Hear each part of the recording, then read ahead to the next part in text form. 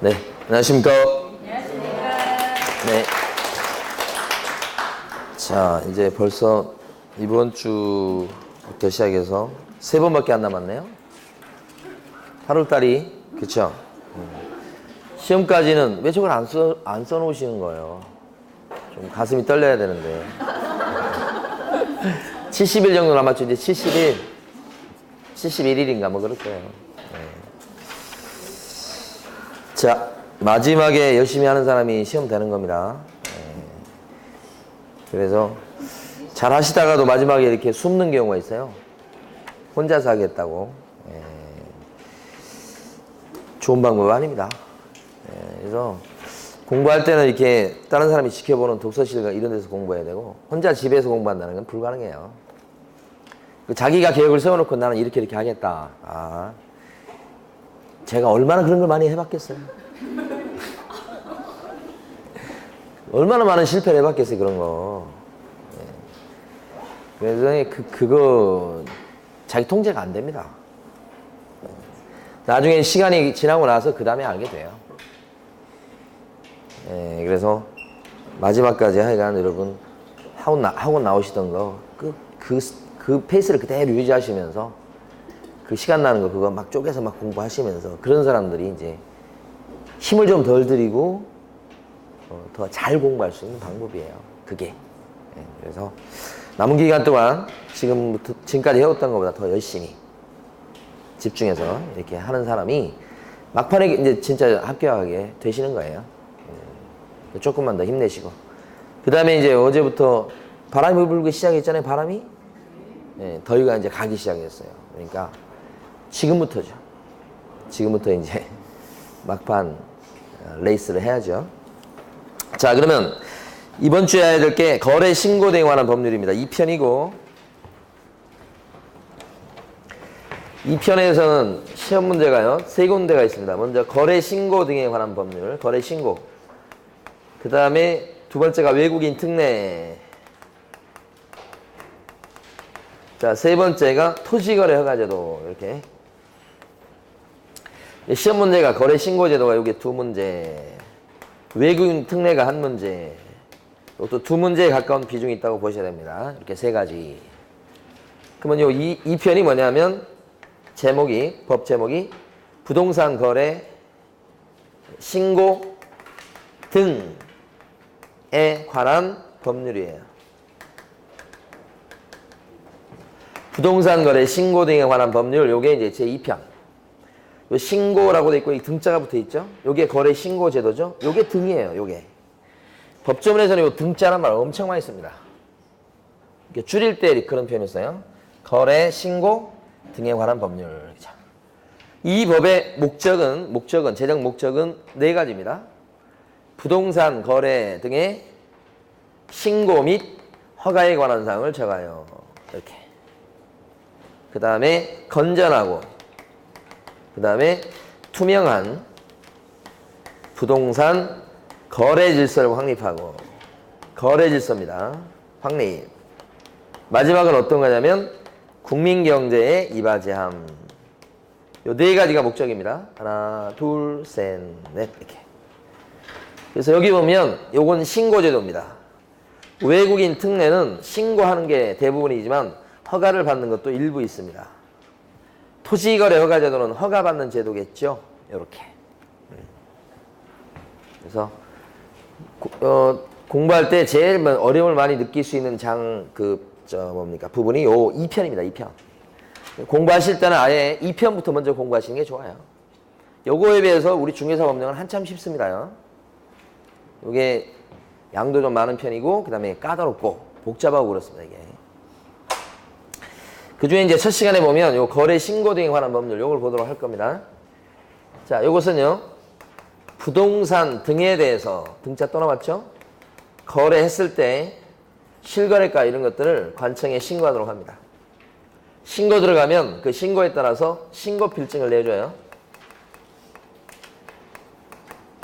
발급이죠.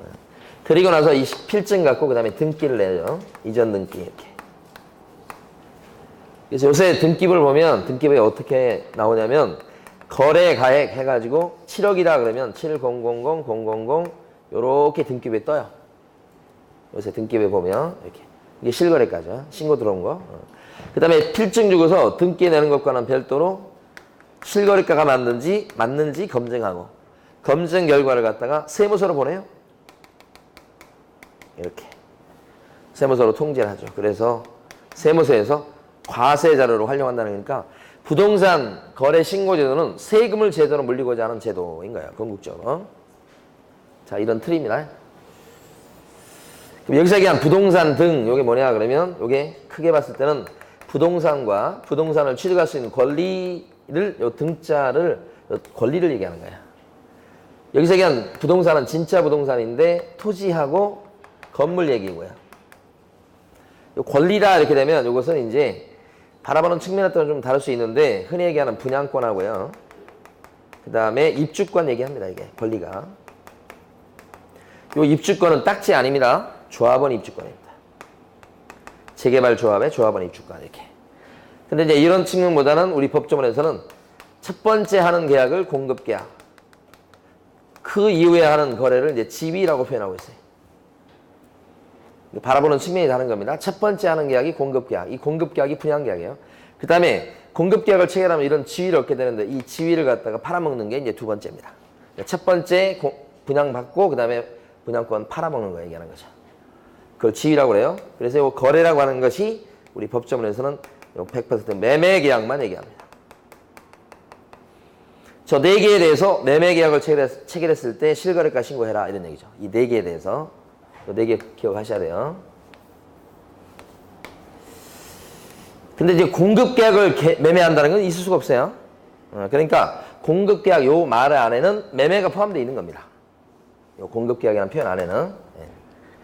자, 그러니까 중개대상 물건 중에 지금 보면 임목이나 그 다음에 광업재단, 공장재단 이런 것은 중개대상물에 들어가긴 하는데 이 중개대상물에 들어간 이런 것들은 거래신고 대상 물건은 아니다. 이게 두 번 나온 거예요.